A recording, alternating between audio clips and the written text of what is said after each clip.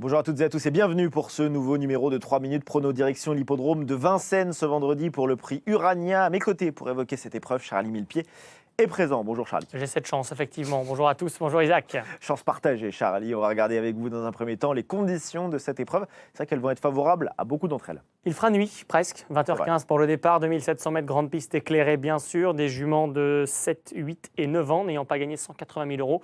Elles sont pratiquement toutes dans des conditions de déferrage importantes parce qu'elles ont toutes un bel engagement à saisir effectivement. On va justement passer en revue les candidates de cette épreuve. On commence avec le numéro 1, Folie de Well. Oui, elles vont toutes partir au même poteau pour être tout à fait complet. Sur cette première partie de tableau, la plus jouée sera certainement Fademi qui traverse une belle période de forme, qui va être déféré des antérieurs et qui va tenter sa chance sur les pentes de Vincennes après avoir bien tenu sa partie dans un lot peut-être un peu plus relevé du côté de Laval dernièrement. Les autres seront plutôt des outsiders. On peut tourner la page et retrouver sur une deuxième partie de tableau Express Lady, le numéro 6, pourquoi pas, qui peut se retrouver bien placé parmi les outsiders. Fiat Delgreen se doit de rassurer un petit peu, mais elle a quand même des moyens, elle l'a prouvé l'hiver dernier. Et puis Égine Précieuse qui vient se tester à Vincennes. Elle est en forme et le tandem Abrivard-Hamel est toujours suivi de très près. Finale de Coqueril numéro 9 avec le très en forme Adrien Lamy, Flora Fénésie qui avait fait un truc à Vichy l'avant-dernière fois, qu'elle n'a pas su confirmer.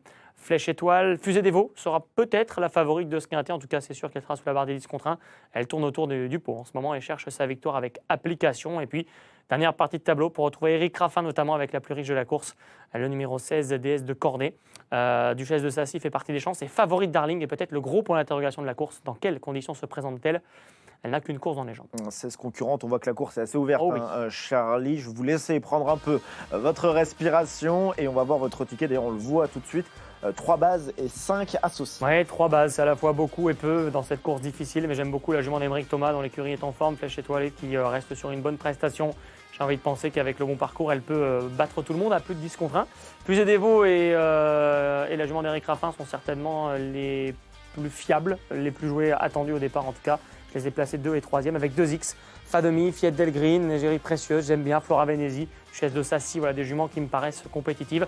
J'en ai peut-être oublié une ou deux, mais Express Lady, la jument associée à Jean-Philippe Monclin le 6. Voilà. En général, quand je vous pose la question, Ça gagne. souvent ça gagne, Charlie. Merci Jacques. Bon, on pourra la rajouter au cas où, si vous avez un budget un peu Ça plus fait large. plus cher. Merci beaucoup, Charlie, Merci d'avoir à vous. été à mes côtés. Merci à tous de nous avoir suivis. On rappelle le départ 20h15 ce vendredi. Si vous voulez voir une analyse plus détaillée, n'hésitez pas à aller sur le site equidia.fr. Très bonne journée à vous. Bonjour à tous et à très bientôt.